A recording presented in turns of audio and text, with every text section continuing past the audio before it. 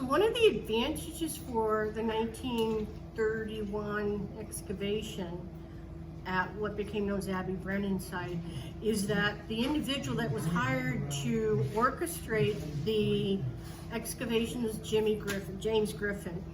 This time James was a grad student. He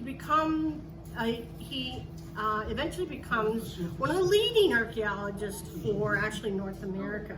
But what he brought to the excavations were the new technologies and understanding of the time, and that included some of the first use of a grid system to keep track of locations of objects, which they used extensively.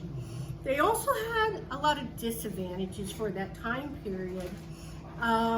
They had a sense of the depth of archaeology, but this was long before we had accurate dating technologies, so they didn't really have a clear handle on the precise lengths and dates for sites in ancient cultures.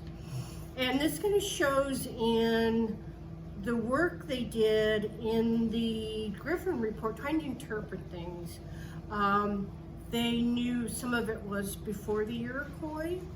Some of the work they were doing was more recent in time, but they had a real hard time pulling that apart. They also, unfortunately, focused on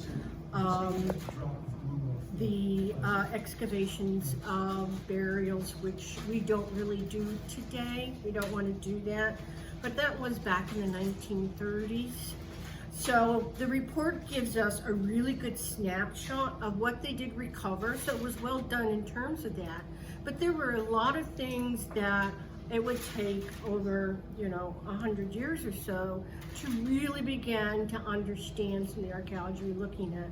And that was the basis for our excavations, bringing the new techniques, the new understanding, the native voice, the new the ability to look at organic material in a different way, the ability to place it in the larger context of the peoples of the time as the folks who were there established before the Iroquois came into the area. So it's a wonderful leap in time from 1,000 years ago to the 1930s to the archaeology of now.